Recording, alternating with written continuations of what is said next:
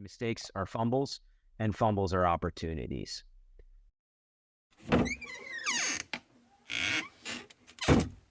Welcome, everyone, to the official season 2, episode 1 of Hold On, Let Me Close My Door. I'm Allison DeFlorio, and I'm particularly thrilled this season to have a co-host join me for this series. And it's with that, I'd like to welcome Doug May, one of our fantastic Exude consultants, facilitator extraordinaire. And the reason behind our guest today, who's going to talk to us about the power of improv. So welcome, Doug. Thanks, Allison. I'm so happy to be here. It's great to be a part of this. I really enjoyed when we did our podcast in the last season. So, of course, I'm excited to be a co-host now. So I can't wait to get started. You know, Doug, I have had the opportunity to work with you. I don't even know how long at this point. It's 2 years, I think. Yeah. 2 years. And we've had the opportunity to co-present together, and I've seen you in action. And when you brought this idea to me, and this fantastic guy who runs a fantastic company called Unscripted Productions and does improv, what was it about? How did you get involved in that, and what kind of impact has that had on your work? Well, as you know, I've been in the training and development area for 37 years. So I like to tell people I started when I was very young, or I'm either that or I'm very old. So I think I've said that to you before, though. So I think it's the old one. But and so I found Will through Bucks County Playhouse, which is up here in New Hope where I live. It's they offer an improv class, and Will we had a great session. It was about 6 weeks, I think, Will, and I became an addict. I am now an improv addict. But what I can tell you is that in all my years in doing training and development, I have my routine. I know how I know how to present well to classes. I know how to facilitate well, but it just gave me a new energy, and it gave me a new appreciation for what I was doing. So I go into classes more energized. I mean, I'm a pretty energetic guy anyway, but I really feel like it's lifted my training skills after 37 years to a whole new level. And, after you've done stuff for a long time, you don't think you have a whole new level. But with Will and the classes, it really helped me to see that there's more that I could give every time I do a training class. And so I've really seen it pay off. I just came back from a long stint in Las Vegas where I did 2 training classes a day for like 4 weeks. And I had the energy and the stamina, and it was much more fun because I was very interested in what people had to say and building on it, which Will's going to talk about when we go through improv. But so started to take classes at his studio. I think I've gone through 3 groups of classes now, and I'm going to take more because it just is, not only is it a great for my professional life, but it also is just a great thing to go and do. It's a lot of fun to go every week. So it's been fun. Well, I'm so thrilled that you introduced us to Will. And with that, I want to welcome Will Dennis from Unscripted Productions to our podcast. Welcome, Will. Thank you so much for having me, Allison and Doug. I'm so excited to be here. Will, when you and I first spoke a few weeks ago, you were sharing with me how you have taken improv into corporate entities, as well as just the way that Doug has been learning from your organization. And I would love for you to share with the audience a bit about your background, how you got into improv, and a little bit about your company. Yeah, absolutely. So, I was introduced to improv when I was in high school. So it was through the theater program at my high school, which I was heavily involved in. And it was kind of similar to what you would see in other high schools, where it was like part of the training process. It was like a nice break, things like that. So it was mostly just playing games. And I was good at it, right? I say that with all humility. I'm not good at many things, but I was good at this. And I had no idea why. It didn't matter to me why at that point. It was fun, and I seemed to have a skill. So, fast forward, and I keep doing that in high school. I go on to college, and I do theater there, and then I get out, and I worked as a professional actor for a long time and started using improv again. And then I started teaching it just as the skill. And when I started teaching it, I started to notice that it had impacted everything that I had done up until that point, but it wasn't until I took a moment to reflect back that I fully understood it. So I, by way of sort of boring everyone, I'm also a classroom teacher by trade and by profession, and my degree is in theology and philosophy. So you always get, I mean, if there's ever a degree where you get the question, what are you going to do with that? It's one in theology and philosophy. And I usually tell people, like, I don't really know what I'm going to do, but I know how to think. And that's what it was. It was like, all right, I just know how to think and how to reflect. So I kind of tapped into those things. And we're like, what is it about this thing that I love, that I'm having fun with, that I'm able to teach, that is more? And around the same time, I landed on 2 books. One was Tina Fey's Bossy Pants. Love it. Yeah, Love it. it's unbelievable. And she has a section in improv, and I was reading that at just the right time, and it leveraged or parlayed into a book called Yes and by Kelly Leonard and Tom Yorkin, I believe. So the 2 of those, they wrote it together. Kelly Leonard is like the director of education innovation at Second City in Chicago. And it was what I was experiencing, but I couldn't make sense of. So he had laid it out, sort of all of these components of improv and how they can be applied to all different facets of life. So it's now a field called applied improvisation. And what it does is, the way we talk about unscripted is we take the best parts of improv comedy and use them to transform teams, relationships, and workplaces. So that's what it was. And it's become, I mean, improv has become my mission. One of the things that I always do, one of my favorite interview questions to ask people, if I'm ever in a situation to interview someone, not necessarily on a podcast, but for a job, for a position, question I always ask is, what is your personal mission statement? Because I think you can learn so much from someone by asking them. Like, it's basically saying, like, what are you about? What do you believe in? What gets you up in the morning? What sparks your creativity? And for me, I just kept going back to improv and all of these principles of improv and everything that it's taught me and what it's ingrained in me. So fast forward, my wife and I moved to Bucks County to be close to family. There was nothing really out here that was doing what we wanted to do. So it's that thing that I don't know where I got the courage, probably from my amazing wife and my education, but it was that thing of, great, if it's not there, then build it. So we did. We decided, all right, we're going to start this because we believe truly, and it sounds a little saccharine, but we believe that improv can change the world. If people are taught it and taught it in a way that is not just, hey, we're coming to play games, but like, these games are hilarious and fun, but they can make you a better person or a better version of yourself. I kind of hate saying make you a better person because we're all great people to begin with. So it can make you a better version of yourself, then it can change the world. It can change the way we treat each other. It can change the way we think about things. It can change the way we approach dilemmas and problems and challenges. And it has for me. So like, if I can share that, then that's great. And that's what I always come back to, is trying to go like, all right, do I have something to share with the world? Even if that world is a class of 10 people in our studio, like, do I have something to share that will make them more fulfilled, better, or open them up to a new perspective? And when I ask the question, the answer is yes, and this is what it is. That's fantastic. And, you made me think of a couple of things. And Doug, you and I talk about this all the time. Right. You talked about, that the world is changing. The world is changing. And when I think about the leaders in our organizations, they are faced with major change right now. Think about post-pandemic, the social activism, if you will, and not being quite sure how to navigate those waters. And then, of course, bringing people back to the workplace after this hiatus of many of them working remotely. And leaders having to lead in a hybrid or remote environment, they're forced to change the way they communicate and change the way they engage. And Doug, I know you and I have had a lot of conversations about how without addressing that, how that can show up in the workplace.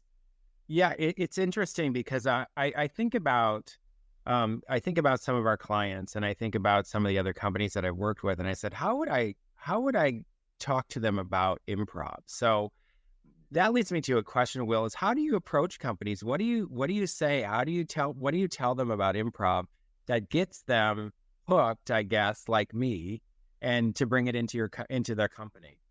Yeah, so we've been incredibly lucky. So I'll say this is like the easiest ones and the most of our connections in corporate have come through a pre-existing network, which was incredibly helpful. So I've been able to leverage, I guess, I say this with humility, I've been able to leverage my personal brand and who I am and the relationships I have and the trust that people already have in me to parlay that into companies, and oftentimes companies who then pass it along within their company or on to other companies. So it's always about referrals. But I think to get to your question, Doug, this is our biggest challenge always is we have to educate while selling. We have to educate while marketing. It's, there's a wonderful improv company downtown, Philadelphia Improv Theater. And they got an award at one point. It's called the best class you didn't know you needed to take. And that's what improv is. Like, you don't know you need improv until you're already in the middle of it. And you go, oh my gosh, how did I wait so long to do this? So the way that we talk to companies about it is, look, this will transform how your teams work. This will transform your relationships, but you have to buy in from the top down. So we've got 5 core principles, and I say to any leader, whether it's an HR leader, whatever the decision maker is, I say, this is what we're about. If you're willing to also be about that, then we'll come in and work with you. But you need to be committed to a workplace that is about acceptance and contribution and risk-taking in a safe environment. Because if not, it doesn't matter. Like, you'll have fun. I promise you'll still have fun, but it'll be over the minute we leave.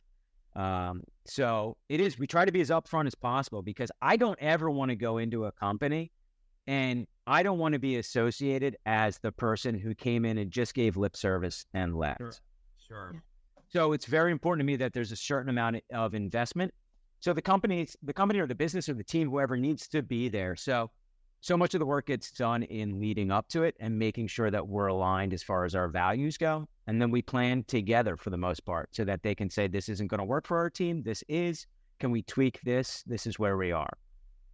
I know that our listeners are probably curious to hear what it is. What is improv and how does it work? Yeah. Because it sounds like you have to be a little vulnerable to partake in this process. I know I did it as part of Leadership Philadelphia, and I was kind of nervous doing it. But can you share a bit about what it is and how it works? Yeah, of course, right? And it is vulnerable. It's such a beautiful vulnerability, right? That's where the reward lives too. Right? It's because we're being vulnerable. It's like Brene Brown's whole thing in Dare to Lead, right? It's all about the power of vulnerability. But yeah, I've alluded to it. I've alluded to these principles, and now you're going like, all right, great. Will, like, what is it? So improv, basically speaking, I used to define improv as a group of people creating something together that never existed before. And I've leaned off of that because I think it's a little bit more beautiful this way, is it's not creating. It's a group of people discovering things that were already there. It's just, it's that trust and that vulnerability that allows us to see things. So again, I'm speaking in sort of metaphors here. What improv is, right? It is basically a process of saying yes and. So what does that mean? It means if you've ever been to Second City in Chicago and seen an improv show or Improv Olympic, or you've seen the show Whose Line Is It Anyway? So it's a series of games that are these scenarios that are pulled from an audience or suggestions, and then things are created, quote unquote, on the spot, right? Things are created on the spot. So that's what improv is. It is creating things without any sense of real preparation beforehand or any scripting beforehand. But what improv really is, or the way that works, the only way that works is by adhering to a couple of principles. So the first principle I just alluded to is this phrase, yes and. So that's the golden rule of improv. You know, I always say, like, if you're walking on the street in Chicago, in LA, in Dubuque, in Des Moines, it does not matter. If you bump into someone who's taken an improv class and you say, what's the first rule of improv? They're probably going to say yes and. So what is yes and? Well, the way we talk about it is acceptance and contribution. So it means at the outset, we need to agree to accept one another as human beings with dignity first and foremost. You cannot be creative in a judgmental mindset. So if you're sitting in a room and you're judging the people around you, you're not going to be able to improvise. You need to be able to sort of put those things aside and say, great, I accept you as a human being who has dignity. And then as that human being with dignity, I accept the possibility that you have ideas that are potentially great. You have ideas that are potentially great. And when you offer me those ideas, I'm going to contribute, that's the end part of yes and, something of my own to make sure that idea reaches its greatness. I love that. Yeah. I mean, I'm thinking about business meetings that I've sat in that aren't yes and, but they're no buts. Yes. No but. No, we did that 100 years ago. We're not going to do it again. Or no, but we can't do it now, kind of thing. So it sounds like it's got a lot of applicability to just your basic day-to-day, like just to think that, if we're a leader, to think that way. Yeah. Right. We call it a yes and mindset or an improv mindset. So, and that's where it's huge, is shifting a mindset of going, great, what does real leadership look like? Well, real leadership is empowering, right? It's not a threat to your own ego. It's not a threat to your power at all. It's a willingness to go, great, I've surrounded myself with a team for a reason. So let's believe in the potential of this. There's a phrase we use, it's not one of our principles. There's a phrase I love in improv, assume brilliance. Assume brilliance. I love that too. It's sort of borrowed from, so Del Close is sort of the godfather of American improv.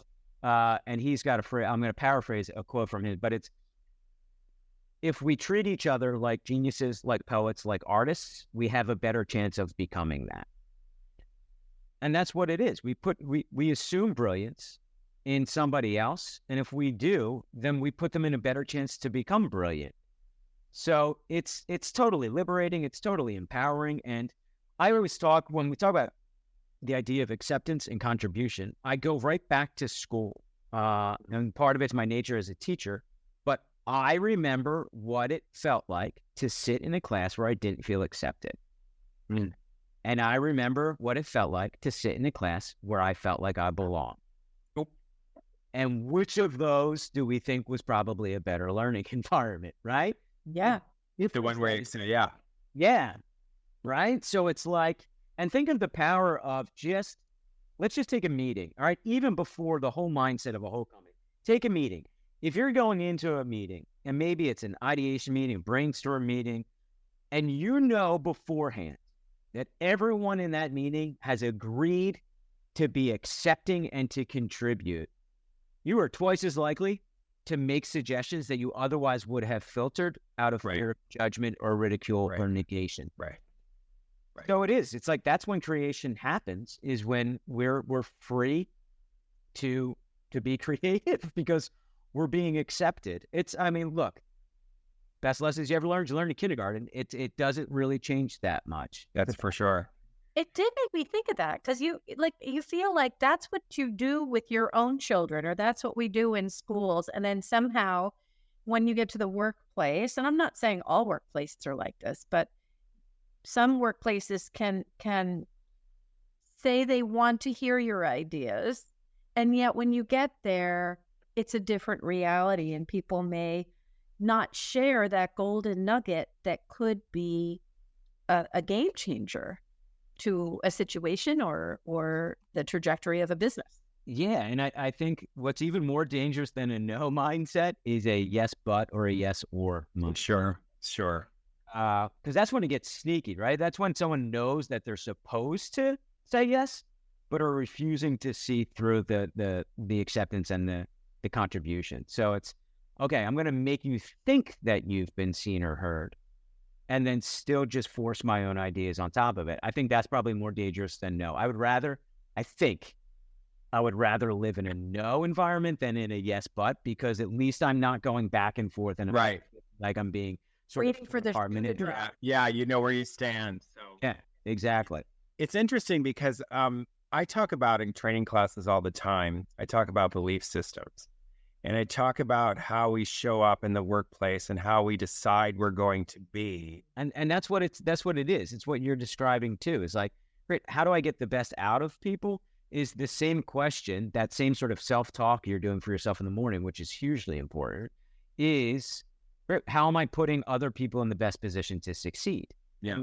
That's all it is. So, and that's like the most liberating thing in the world, because I talk, Doug, and you've probably heard, it's like probably old shtick at this point, but you know, when I'm focusing on my team, when I'm focusing on making the other look good first, I don't think about myself in the best of ways. So I'm not thinking about my bushy eyebrows. I'm not thinking about my belly. I'm not thinking about the fact that I'm 5'6" on a good day. I'm not thinking about any of that, right?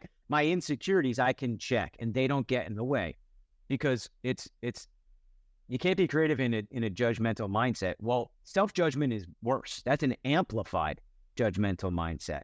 So when we can free ourselves from that and look out for other people, we're actually putting ourselves in the best position to succeed as well. So it's cyclical that way. It takes care of itself. And so what's the third principle, Will? Yeah. So the third one we talk about is, we phrase it this way: we make offers and accept gifts. What it's really about is gratitude. Okay. So all of this is stemming from yes and, but the making offers, everything in improv needs to begin with an offer. Everything in life needs to begin with an offer, right? You rely on the people around you to offer something that you can build upon. The trick, I think, in life, in relationships, in teams, is authentic gratitude. So it's very easy. I think it's easier to make offers as a human being. I think it's the acceptance of the gifts that's the tricky part, right? It's being authentically grateful for what comes across. And that's what prevents us from doing the yes, but. Yes, but is false gratitude. Yes, and is authentic gratitude. So recognizing the gifts that exist in the people around you, that brilliance that you've already assumed, and then being genuinely grateful that that has given you something that can help amplify your skills, amplify your talents, instead of seeing it as either a derailment or an imposition or a threat. So yeah, everything in improv is it's the offering of gifts and the acceptance of gifts, but it needs to be authentically genuine, that gratitude for the gifts that are coming across. And that frees us up. Because think of that power. Think of the power that comes from gratitude, right? And it's not a power that we wield over. It's a power of potential that comes from gratitude. And this is no secret, right? People have been doing gratitude journals for years. And the practice of gratitude, we just put it right into the workplace so that it is all of those things that you're getting on a daily basis. And it allows you to not be alone. It allows you to... I think it's a fantastic way to think about it. And I think about just in trying to energize and generate innovation and creativity, that I love that phrasing, authentic gratitude. As a leader, if that's how you're communicating, if that's how you're conducting yourself in the course of the day, then of course your team is going to respond in a way that is going to be productive and positive. Yeah, and it's you just said something there, Allison, that sparked something for me. So we have an improv team that performs as well. And something that we've been leaning into lately is, as a team, what gratitude does is it allows all of us to be an improviser the way that we are an improviser. So a lot of times in rehearsal and things like that, we're all trying to do the same thing. We're all trying to practice the same thing, learn the same technique, do the same thing as everyone else. And then we started to go, well, wait a second. We can learn the same skills and the same technique, but then we have to free one another up to do what we do best as an improviser. So it's figuring out, it's self-actualization, it's self-knowledge, it's figuring out who you are as an improviser, and then being on a team that you're contributing in such a way that everyone else is grateful that you're filling that role. And in the workplace, that frees everyone up to be their authentic selves if there's authentic gratitude to sort of be there on the receiving end. Love that. Love that. And it allows us, right, segue here, it allows us to take risks, and it allows us to fail in a way that is necessary. So the fourth principle we talk about is mistakes are fumbles and fumbles are opportunities. So a lot of times you'll hear like, oh, there are no mistakes in improv. There are mistakes all the time in improv. They're the best gifts that have ever come along, right? So we don't want to say that they don't exist. We just need to reframe how we perceive them and how we respond to them. And that's the world. There are mistakes in the world, right? We worked with a group of accountants and I went in, I was like, look, if you make a mistake, I lose a lot of money. Like that's a real thing, right? Mistakes exist, but it's the reframing of a mistake as a fumble, which allows us to know that it's able to be recovered. And if we recover it, we can then turn it into an opportunity. But we got to be okay with the reality that that opportunity might be for someone else. It might not be our opportunity. So my fumble can be Allison's opportunity. My fumble can turn into Doug's opportunity. It's not just, oh, I made a fumble. Now this needs to benefit me somehow. It will in the long run, but in the immediate, that's usually how it happens. And to take it back to improv, a mistake I make, somebody else on my team is going to pick up and turn it into gold.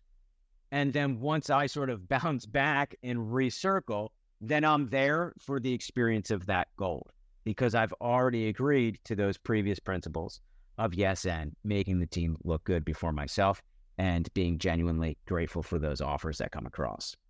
So, yeah. It kind of reminds me of like a jazz band, right? My dad was a professional musician.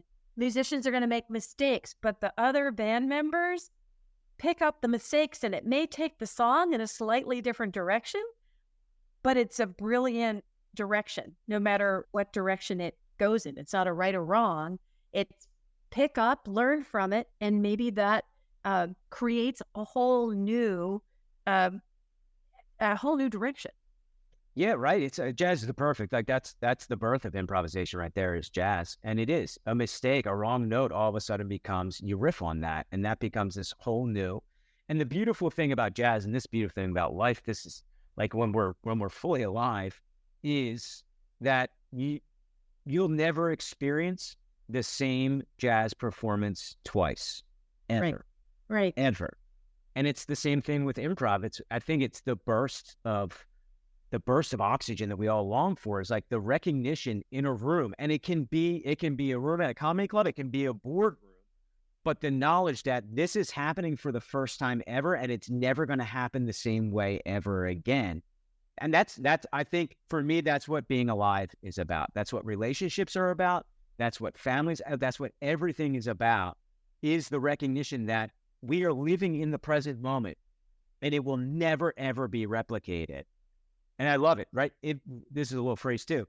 Improv cannot exist in the past or the future. It can only exist in the present, right? And what I love about that is that's incredibly energizing and engaging. I mean, how many people, I even think about it in our new hybrid world where like we are now, we're seeing each other in boxes on a screen, and that's how a lot of meetings go. And you can see the faces. Not Doug's face, because he's charming all the time.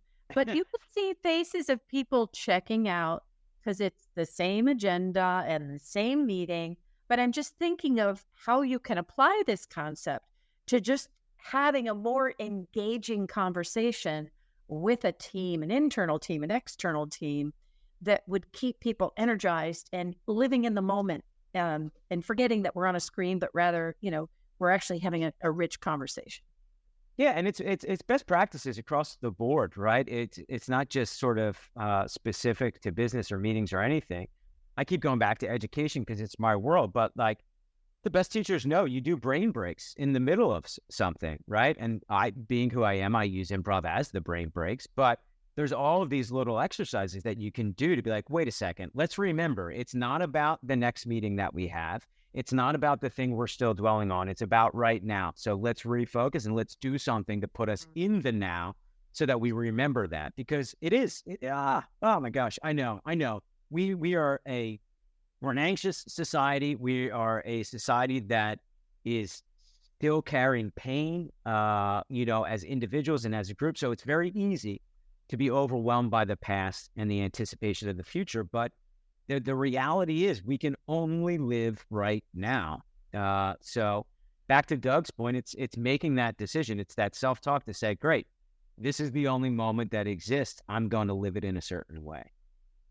Tell us about principle number 5. Sure. So principle number 5 is we call it bring a brick. And to finish it, it's bring a brick and we'll build the cathedral together. So this one is, thanks. And it's borrowed from someone, I'm sure. Like most of these, it's like people have different phrases to use to describe the same thing. But it's liberating is what it is. So it's just that freedom to not feel like you have to have all of the answers and have everything figured out every time you walk into a room, every time you walk into a meeting, every time you walk into an interaction, and being okay with what you have. Whatever you do have is your brick, right? So you offer that brick, and it's about trust. And like, this is key. Trusting the other people in the room to have also brought their brick in such a way that when they place it on top of yours, the cathedral starts to take shape. So this one we see all the time. In improv, there are a few things more frustrating than improvising with somebody who's bringing a cathedral into a scene, because they've already got it all figured out. They've brought it all in, and you go, I'm not sure why I'm here. I might as well see myself out. Like, you've got all the answers. The only offer that I'm really getting is you asking me to fit into the cathedral that you've already built. Going back to all those different mindsets in a meeting, in a workplace, Allison, we've all been in that meeting, right? Where someone brought. Oh, yes.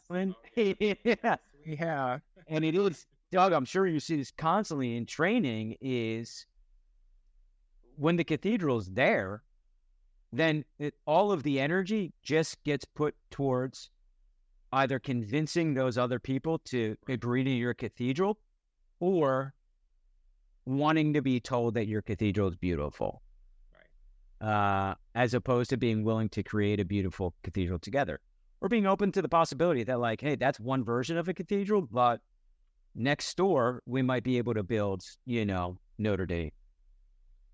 I think that's awesome. Yeah, and you see that all the time in training, the people who say, well, you can't teach me anything.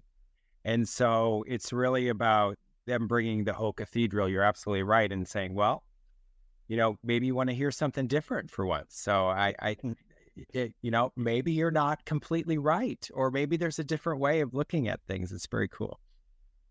So, Will, can we demo this? Can we do it? Is it possible to do like a really short? I'm nervous. I can't believe I'm asking to do this because I'm petrified right now. Yeah, you're great, Alice. Yeah. We'll do, here's something that I think it'll be fun. You'll automatically be in a position to succeed.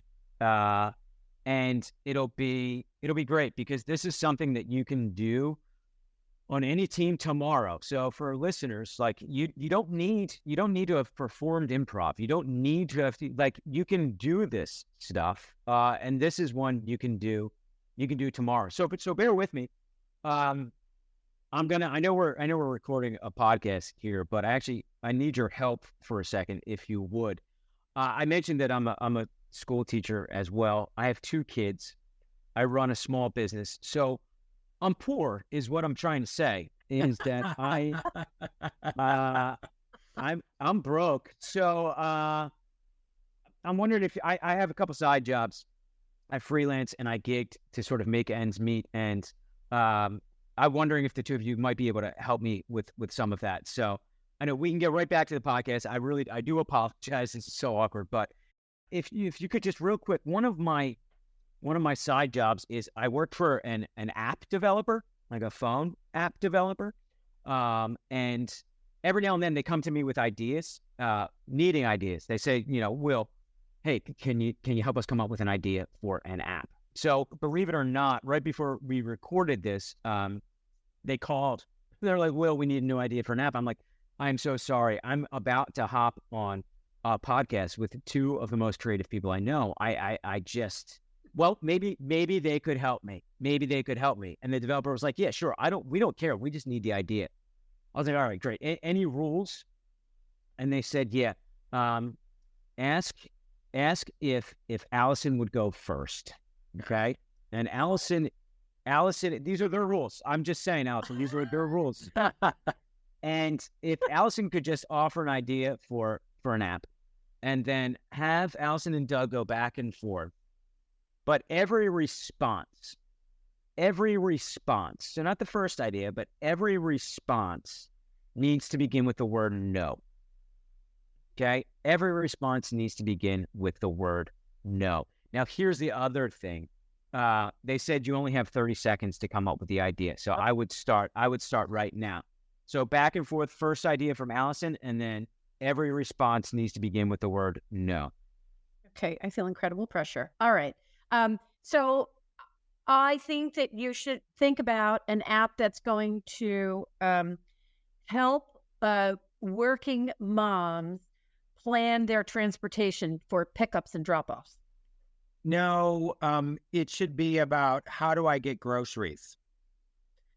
No, groceries are kind of easy. I think moms and dads and anybody who's picking up kids it's like air traffic control, and they need some structure and some support. No, it'd probably be better if it was about how do you change a tire if you get a flat on the way to picking up the kids. All right, cool. Wow. All right, that's time right there. That's time. So good news, bad news. The bad news is I probably lost that job. Thanks very much. But the good news is I have another job. I get to design roller coasters for amusement parks, which is, oh my gosh, I love this job. I absolutely love this job. And you're not going to believe this, but seconds after the app developer called me, an amusement park called me, and they said to me, they're like, Will, we are desperate. Nobody's coming to our park. We need a new idea. And I was like, oh my gosh, I'm so sorry. I'm about to hop on a podcast with two of the most creative people I've ever met. Can they help? And the amusement park was like, at this point, we'll take idea. Just anyone. We just need an idea. And I was like, great. Well, then let's do this. I was like, do you have any rules? Because like the last time there were some specific rules. And they said, yeah, we do. Our only rule is that Doug is going to start with the first idea, go back and forth, but every response needs to begin with the phrase yes and. Every response needs to be with the phrase yes and. But they're also stuck for time. They only have 30 seconds starting now. Go. Well, I think it should be a roller coaster where you lay down. Yes, and it should have spa-like pillows to support your neck and tufted straps to keep it comfortable. Yes, and they could also wear the little masks. You could wear the little masks that get your puffiness of your eyes down. Yes, and it could actually be focused on kind of meditative benefits with all of these fun spa things. Yes, and it kind of hangs you upside down a lot because, the blood will flow down. Okay, cool. That's 30 seconds. Awesome.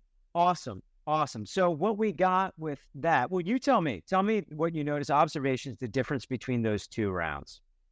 Personally, it's so funny because I know this was just a fun exercise, but I felt more energized the second time. Yep. I felt less pressured and more energized. Right. And that everything was okay, that anything you said was cool. And, if we needed to, we'd get to a certain point and then we could come back and edit. So it was just really about just getting as much information out there. Yeah, I'm so glad you said that too, because it's that thing of, right, the practice of divergent thinking to then get us to convergent thinking. But you got to go out first. Right. So you have to use that yes and process to get your sort of that wide berth of ideas. And then you can start to use that edit, like you said, Doug, which brings you back. Because here's the downside to yes and. When people use it to convince others that they just need to become yes men or yes women, right? So it's like, oh, you just need to say yes to everything. That's not what it's about. It's about being an active participant in the generation of ideas. And sometimes a yes and ends at a no. That's okay too. It's just about the willingness to engage in a process of acceptance and contribution, and then collectively being able to say, all right, well, that's probably not going to work. Let's restart with something different. Let's redo our sort of divergent thinking process so that we can expand even more and then start the editing to get us to a fine point. Or take one of those little pieces, and then why don't we start with that one little piece over here? Let's start there. Yeah, absolutely. It's like, great, we got this far, but there was a nugget down here that we can actually launch from there. That's a great point, Doug. It's also you go ahead, Allison. No, I was just gonna say, and I'm loving all of this conversation, and the wheels are turning, which I think is an output of this whole idea. And with that, I think about, how do you see this benefiting leaders in an organization? I know we've talked about some of the ways, but in your experience, given today's kind of challenging work environment, how do you see these techniques or this concept benefiting leaders? Yeah, well, I mean, the first thing I'll say is an observation from what you just did is with the second one, you created something. Yeah. The first one, we didn't create anything. So like you see the results instantly. You had a spa-themed roller coaster that I would ride on a nightly basis, right? And it's something that does not currently exist in the world. So the first thing is, look, I know it sounds whatever, but you'll get results. Like, for as far as a leader, as far as like how it can shape, well, if you want results, you're probably going to get results with this sort of mindset and this sort of thinking. But the other thing goes back to what we were talking about, even with leadership, with, vulnerability and empowerment and sort of making people understand their own strengths and understand that their strengths are valued. It's a game changer. So like, I don't know, for me, the best leaders are ones that have built a team and then put that team in a position to succeed. And how do I succeed if I'm a member of that team? I feel seen, I feel heard, and I feel like I belong. And I feel the permission to be vulnerable. Here's the thing, is like, I think, and I'm stealing anything from Brene Brown, I'm sorry, but if we love Brene Brown. She would love you to steal from her. We all love it. If she's listening, then we've won. So like, hi Brene. But it's that idea of what happens with vulnerability is we leave ourselves open. Mm-hmm. We leave ourselves open for pain, to be sure. That is the risk that comes with it. But without opening ourselves to the possibility of pain, we can never experience the other. We can never experience the joy. We can never experience sort of the potential that actually exists in us. So I think deep down, and some of this is my theology and my philosophy and my spirituality, we all long to be vulnerable. It's what we want, because it's in our vulnerable moments that we connect the most deeply with the people around us.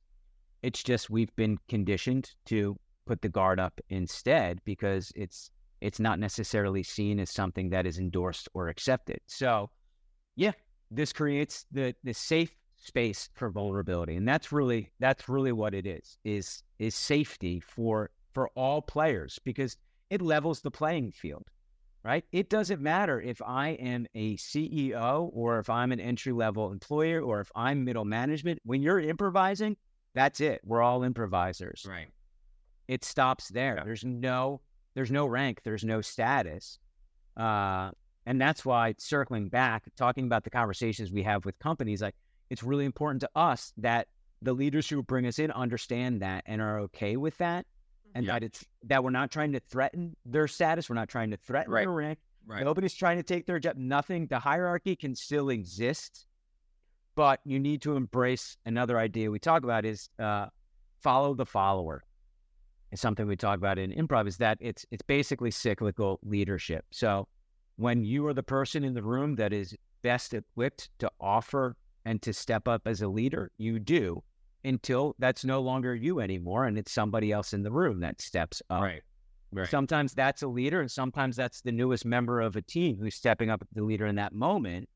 But the leader in the room is never threatened by that, because they understand, one, I'm empowering this person, and two, I've agreed to make my team look good, understanding that at the end of the day, true success only happens on the team level. It can't happen on an individual level in the context of teams, right? We all can have individual success. Right. if you're part of a team, you can only experience success on a team level. I don't know if that answers the question.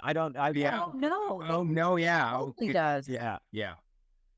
And I can add, I just wanted to add something because I was talking to Allison about this yesterday. I said, one of the other benefits that I've had from attending improv training is it's a great stress reliever. Yeah. So if companies have managers that need to have stress relief for team members, because I know that when I have a class at Unscripted Productions, that I'm going to go there for an hour and a half or hour and 15 minutes or whatever the length of the class is, and I'm going to laugh from the beginning until the end and have a great time and just be creative, and it just releases all of that tension that you can build up during the week. And so I found that has been a great benefit for me as well with going to improv class. So that's something that is a great wellness piece for because I noticed on your website you have wellness. You talk a little bit about wellness. So can you just kind of fill us in real quick about that as well? Yeah, so we just started this recently, and what it is our corporate wellness program. It's corporate wellness through improvisation. Is just that. It's sort of building out. So much of the work that we do are workshops that are 1 day, half day, full day, and then we're gone, right? Unless we come back the next year, which a couple of companies do for us, but we're gone. So what we started recently is we stretch it out. So instead of just coming in for a burst and then going, good luck with this, hope it catches on, right? If you need me, email me. What we're saying is, hey, we can spread this out. So if you want to invest in this, if you're a client who's had us in for 1 day, but you believe in it and it's working, then we can plan it each quarter so that we'll come out each quarter and we'll focus on a different element of improvisation for a corporate wellness perspective, so that it's always going to be skill building. You can't help but have it be skill building because of sort of how it shapes and how it looks. But it really is the focus of, great, how do we invest in a healthy culture here so that everyone is finding their voice, but is also able to decompress. We're understanding what a balance looks like, even from like, how do I approach my work versus how do I approach myself and things like that. Fantastic. Will, in the few minutes we have remaining, if you have to think of the top 3 tips that you would give to leaders or listeners who may be thinking about ways they could incorporate this into the workplace, what would those tips be? My first tip for a leader truly is to sign up for an improv class yourself. It's going to put you in the best position.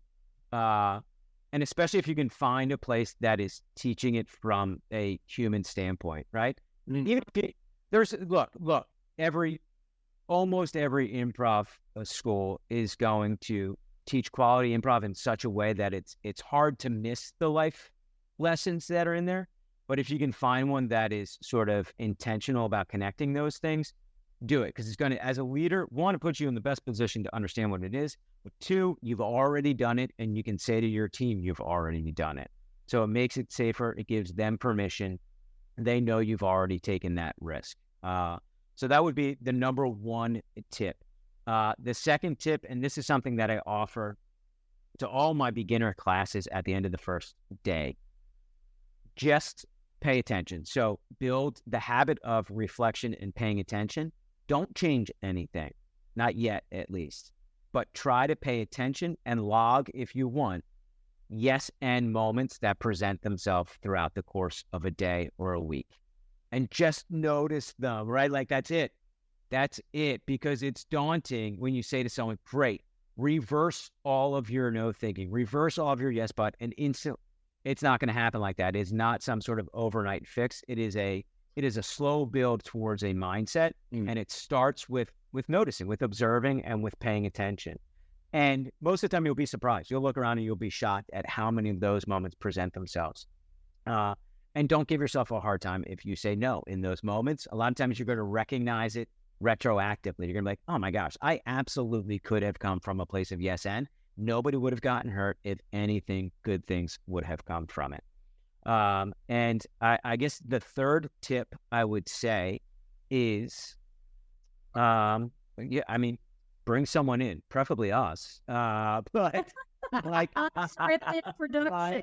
yeah, .com.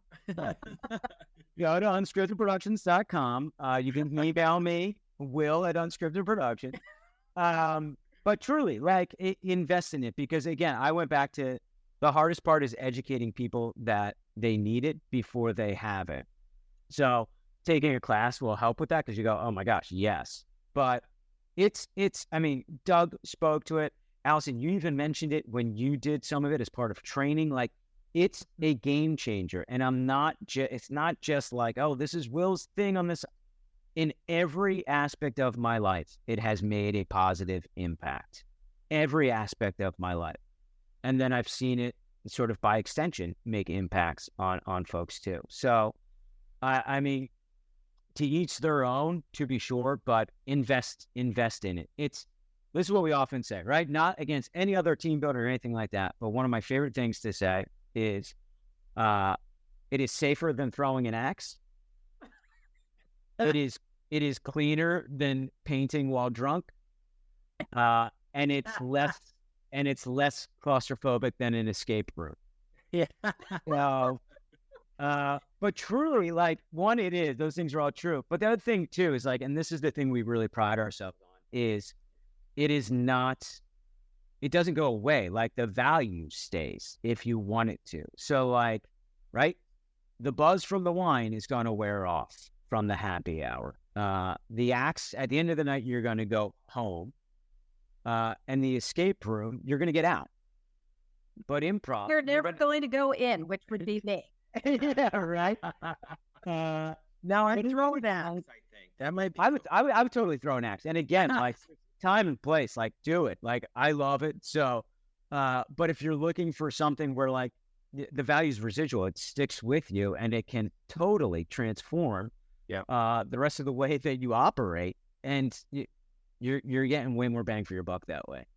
You know, I have to close this conversation by reading a quote that I found on your website, and I think it was from PwC or some group that you worked with, and it says, with regards to strategy and business, the results are compelling. Using improv can energize teams, surface breakthrough ideas, and enable learning from failure. But improv is more than just a way to co-create with colleagues. It can help leaders rethink how they manage and communicate in every interaction. And with that, I just want to thank Will Dennis from Unscripted Productions so much for taking time to talk with us today. I think I may have to make a trek to Bucks County and maybe do a class with you, Doug. You want to? I think I do. Okay. We could sign up for that. They have the Playhouse one, or we have Unscripted right in Washington Crossing. So, well, we're going to talk offline, and we're going to make it fun. But thank you, Doug. Thank you, Will, and thank you everyone who has tuned in to listen. I hope you do at least go to Will's website. Again, it's unscriptedproductions.com, and take a look and think about how improv may make a difference in your organization. I'm Allison DeFlorio, and I want to thank you all, and we look forward to seeing you on the next episode of Hold On, Let Me Close My Door.